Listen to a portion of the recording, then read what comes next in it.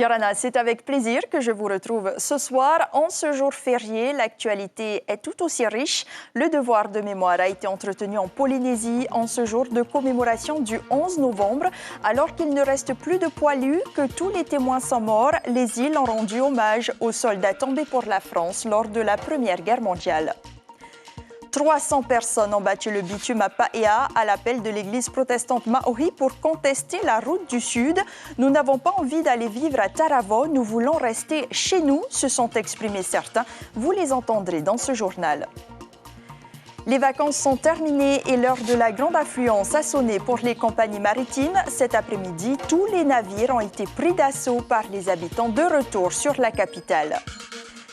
Munis de leur bac à poissons, des pêcheurs de Papara ont sacrifié leur jour de repos pour nettoyer leur garde-à-manger.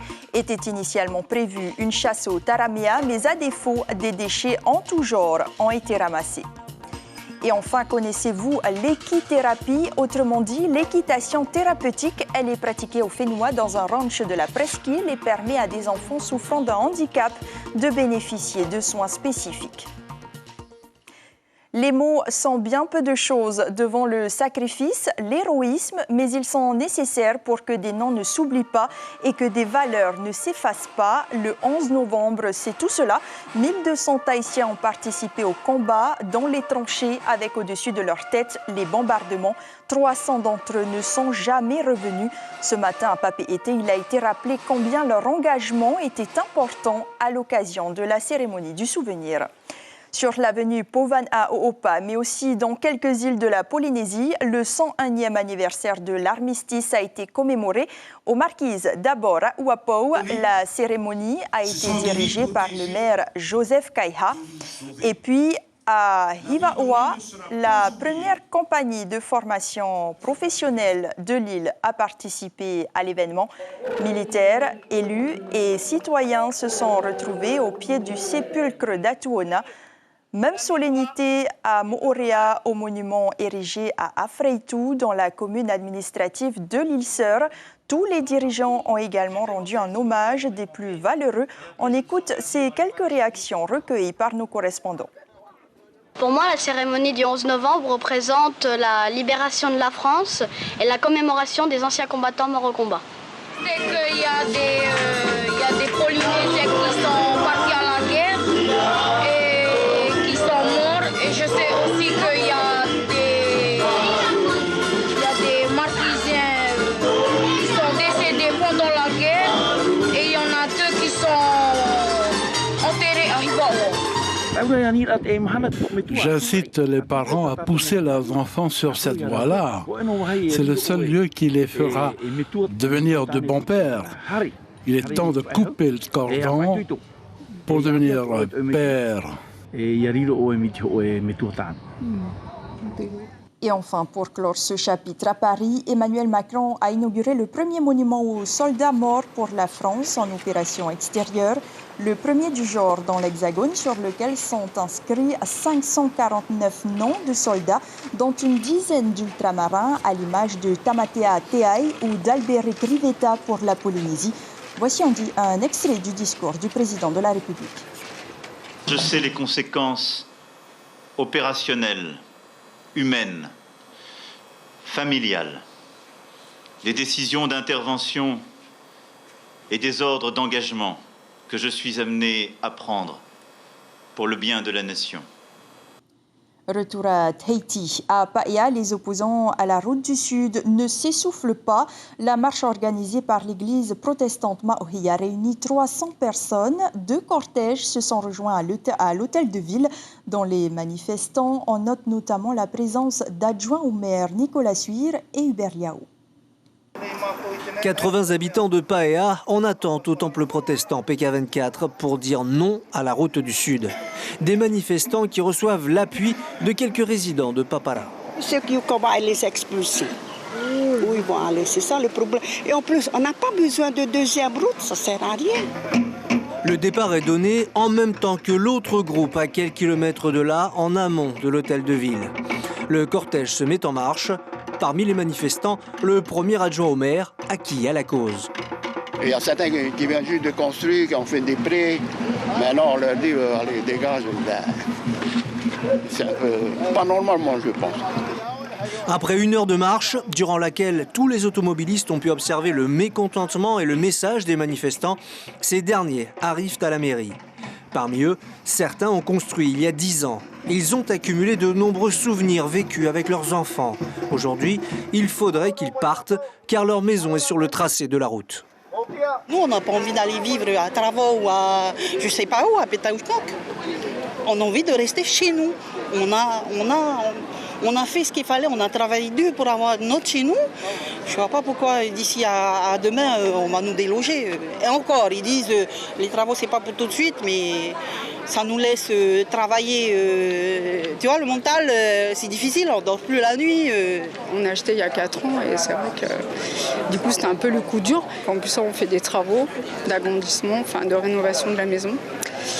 Mais en fait, on ne veut pas y penser sur eux. Les organisateurs ont rencontré il y a quelques jours le ministre de l'Équipement. Selon René Temearo, avant tout début de travaux, des études doivent être réalisées l'an prochain, de quoi calmer les manifestants jusqu'aux prochaines élections communales. À San Francisco, des passagers de French Bee bloqués à l'aéroport déplorent le manque de prise en charge par la compagnie. 10 heures d'attente avant qu'un responsable aille à leur rencontre. Ils étaient attendus à FAA hier, mais ne seront pas de retour avant mardi, comme précisé dans cette vidéo postée par une internaute.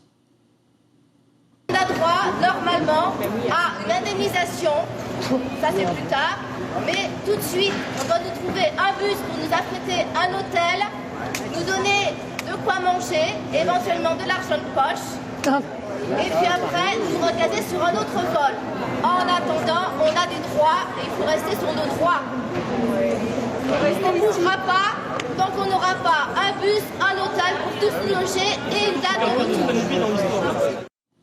Et donc le vol BF 710 au départ de San Francisco à destination de Papeete arrivera demain matin et le vol BF 711 pour San Francisco prévu ce matin partira demain mardi à 7h15. Au plan judiciaire, plus d'1 an après l'audience devant le tribunal correctionnel, la Cour d'appel examinera le drame du crash d'Erm Ourea. 7 prévenus et la compagnie aérienne vont à nouveau comparaître pour homicide involontaire. En janvier dernier, ils avaient écopé de peines allant jusqu'à 18 mois de prison ferme. Rappel des faits avec Souliane Favnek et Lionel Petit. Un dossier hors norme. Le 8 octobre 2018 s'ouvre le procès du crash d'Erm Ourea au tribunal correctionnel de Papeete. 137 parties civiles, 8 prévenus, de nombreuses expertises, mais surtout 20 victimes et des dizaines de familles endeuillées qui attendent des réponses 11 ans après les faits. Quelle est la cause du crash? C'était la question au centre des débats qui auront duré 3 semaines lors de ce procès en première instance. Des débats chargés en émotions où tour à tour, on a entendu les familles des victimes et les prévenus poursuivis en tant que personnes morales. 3 mois plus tard, le tribunal rend sa décision et estime que la seule cause de l'accident tient à la rupture du câble de gouverne. Une rupture liée à un grave dysfonctionnement de maintenance. Le tribunal condamne la compagnie aérienne, ses ex-dirigeants et l'ancien directeur du GESAC à des peines de prison ferme allant jusqu'à 3 ans et une interdiction d'exercer pour homicide involontaire par négligence. Mais la bataille judiciaire continue. La défense fait appel et suspend ainsi les peines. Une défense qui avait demandé le dépaysement du procès en appel, jugeant que les débats ne pouvaient pas être menés de manière sereine en Polynésie. Le procureur général près la Cour de cassation a refusé de transmettre cette demande de dépaysement hors du territoire. Le procès en appel se tiendra donc du 12 au 29 novembre à la Cour d'appel de Papeete. Et vous l'avez entendu, le procès se tiendra donc sur 3 semaines, soit jusqu'au 29 novembre. En bref, cette information dévoilée par nos confrères de Radio 1, la limonaderie de Tahiti a été rachetée par la brasserie de Tahiti en redressement judiciaire. Depuis le mois de mai, le producteur de la limonade Singapour, implanté depuis 1951 au Whenua, n'arrivait plus à faire face à ses concurrents. Cet achat permet donc à la société de Jean-Pierre Fourcade de renforcer sa position sur les marchés de boissons. C'est la fin des vacances et du long week-end pour certains. Le temps de quelques jours, Tahiti s'est vidé et ses habitants ont envahi l'île Sœur pour des moments de liberté.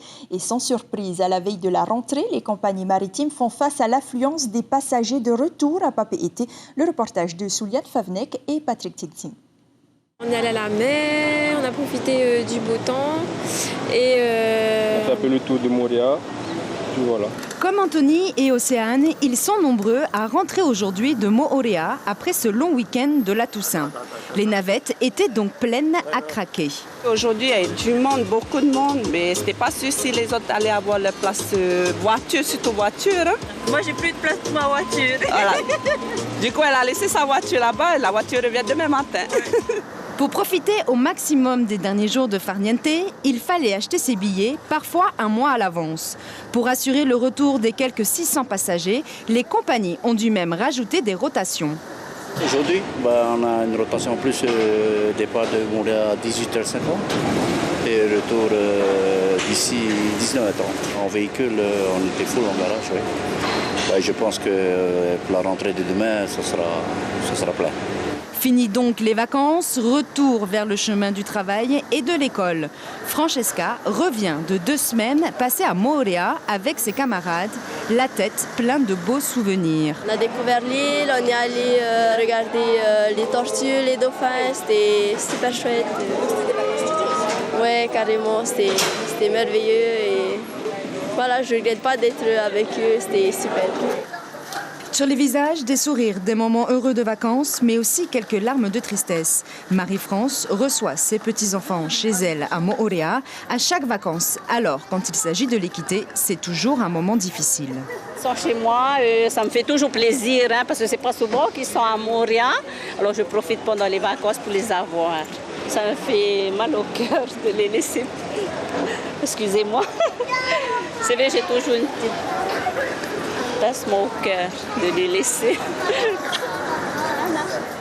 Et demain, tout ira mieux. On part aux Marquises. La saison des bateaux de croisière a débuté. Le premier a fait escale à Nukuhiva avec à son bord 2376 passagers.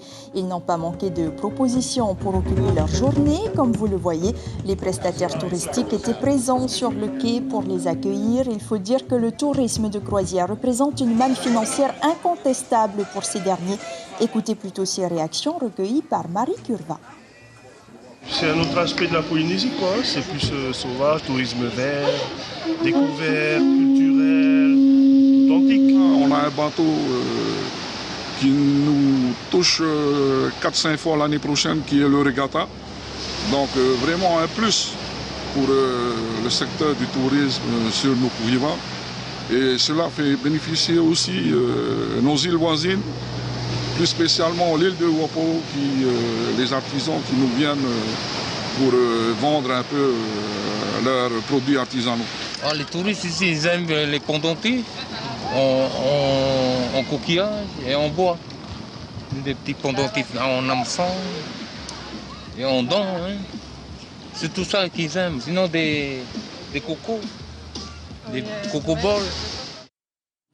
Jusqu'au mois d'août 2020, l'île devrait accueillir 10 paquebots, soit près de 20 000 touristes auxquels il faut rajouter les passagers du cargo mixte Aranui et des yachts privés qui, chaque année, sont de plus en plus nombreux à y séjourner.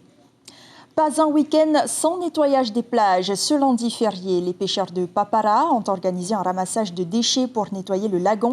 En ligne de mire aussi, les taraméas, cette étoile de mer tueuse qui prolifère avec le blanchiment des corails. Mais aujourd'hui, elle était bien difficile à localiser. Thierry Stemfler et Sandroli.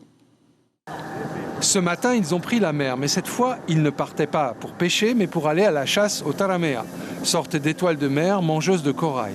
Il faisait chaud, mais avant d'aller plonger pendant 4 heures, certains prennent leurs précautions. Près de mon œil, avant de mettre les combinaisons, surtout le pitot, le nombril, l'endroit le plus essentiel. Mais au bout d'1 heure, le constat s'impose. Les taraméas, fort nombreux il y a encore quelques semaines, avaient comme disparu. Que des algues. Il y a rarement de taraméas. Faute de taraméas, sans doute dissimulés derrière les coraux et qu'il faut attraper quand ils se déplacent à découvert, les plongeurs ont fait une large récolte de cette algue, autre ennemi du corail. Un corail qui est mort, ce n'est plus un abri pour les poissons parce que les petits poissons ne sont pas là. Donc, ce qui veut dire que les grands ne sont pas là aussi. Et pour les algues, c'est quoi? Les algues, c'est pareil, parce que cette algue, elle recouvre tous les coraux qui sont dans la mer. Un raoui est prévu à partir de décembre à Papara.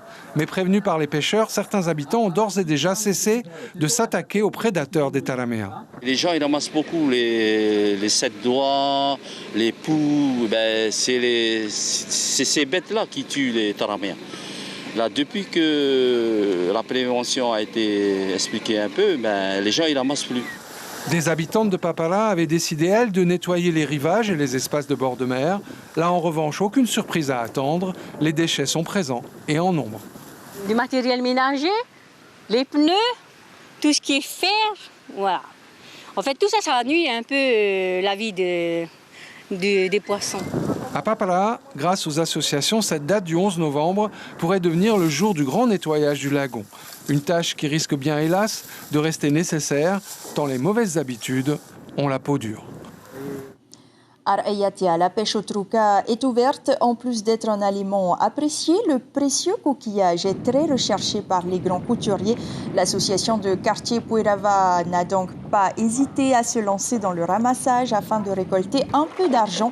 L'année dernière, elle a empoché 200 000 francs pour 1 tonne de truca vendue. De l'avis des connaisseurs, la qualité ne serait pas au rendez-vous cette année. Écoutez.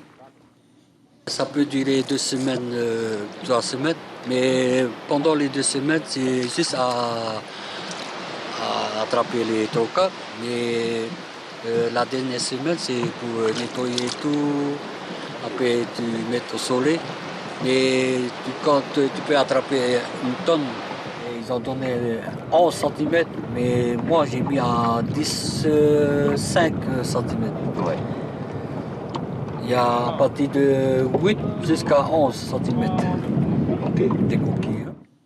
Notre rubrique journalière s'intéresse ce soir à un ranch pas comme les autres à Haïti. Cet établissement accueille également des enfants de l'Institut d'insertion médico-éducatif de la Presqu'île atteints d'un handicap mental. Une fois par semaine, le contact avec le cheval agit comme une véritable thérapie. Rencontre signée Lucille Guichet-Tirao et Jérôme Lee.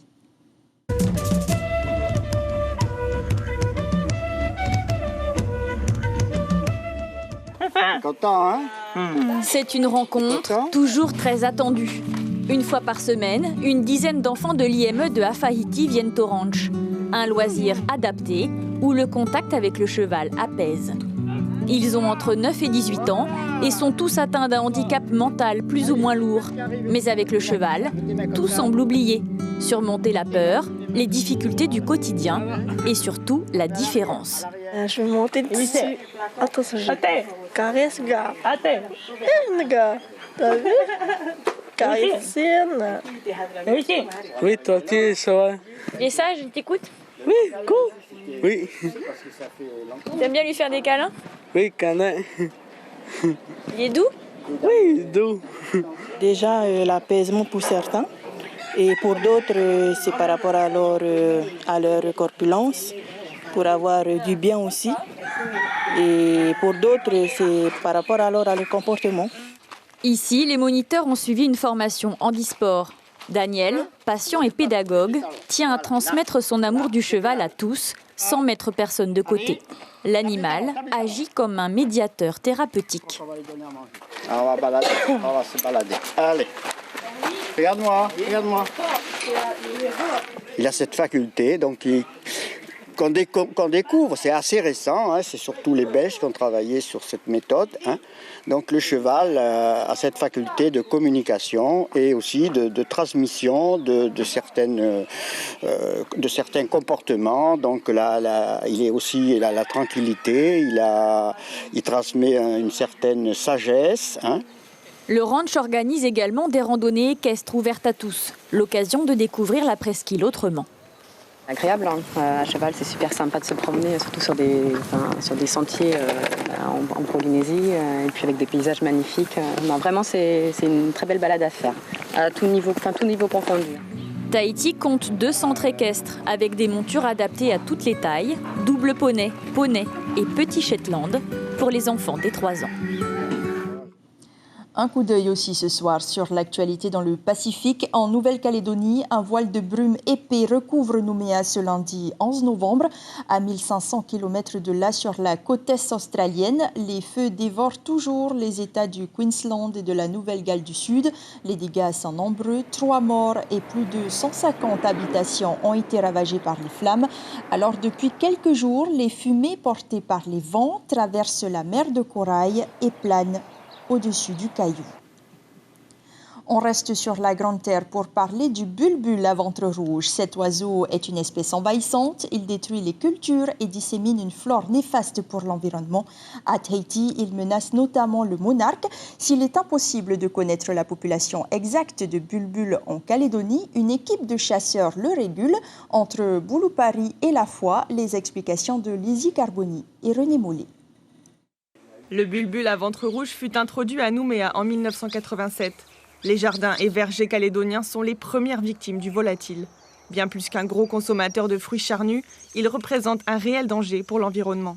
Il aime bien manger la fameuse graine du Miconia, qui est une plante extrêmement envahissante et je dirais même dangereuse. Alors, il a la possibilité de ensemencer cette graine. Et ça, c'est vraiment, à Tahiti, c'est un fléau, cette affaire. Parce que sous le Miconia, il n'y a rien qui pousse. Absolument rien. Au sommet de l'arbre qu'on voit le plus grand, là, en premier plan. Si la mission du jour n'a pas permis d'éradiquer l'individu à plumes, avis à tous ceux qui l'apercevraient de signaler sa présence. Le bulbul à ventre rouge est classé 7e parmi les 70 espèces envahissantes en Nouvelle-Calédonie. Voilà, à noter demain, le docteur Meiri Tuheyava sera l'invité de la matinale radio. Elle évoquera la semaine mondiale de lutte contre le diabète. Inutile de rappeler que les chiffres sont inquiétants. 22% de la population en 2017 était touchée par cette pathologie. Ce sera le mot de la fin. Avant de refermer cette édition, un rappel de l'information du jour. Elle concerne bien sûr la commémoration du 101e anniversaire de l'armistice. Le devoir de mémoire a été entretenu en Polynésie alors qu'il ne reste plus de poilus, que tous les témoins sont morts. Un peu partout en Polynésie, on a rendu hommage aux soldats tombés pour la France lors de la Première Guerre mondiale. Vos quotidiens demain font leur une sur du judiciaire pour la dépêche de Tahiti. 3 hommes arrêtés suite aux guet-apens et l'emploi qui décolle dans le secteur aérien pour Tahiti Info. Merci d'avoir été au rendez-vous. À suivre sur votre antenne un documentaire réalisé par Jacques Navarro Rovira aux armes tahitiens. L'information revient demain matin dès 5h avec Ibrahim Ahmedazi et Carlos Natua. Demain soir, Chiquita Teiva Darouzès reprend les commandes de votre journal. Quant à moi, je vous retrouve vendredi avec plaisir. Portez-vous bien et bonne rentrée. On se quitte sur ces images de pièces exceptionnelles. Elles sont exposées au musée de Tahiti et des îles.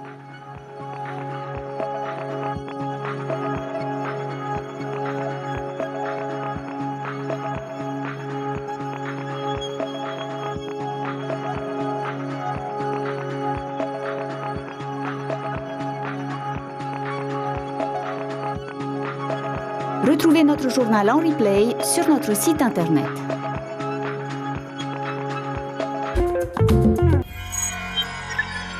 Retrouvez ce programme en replay sur notre site internet.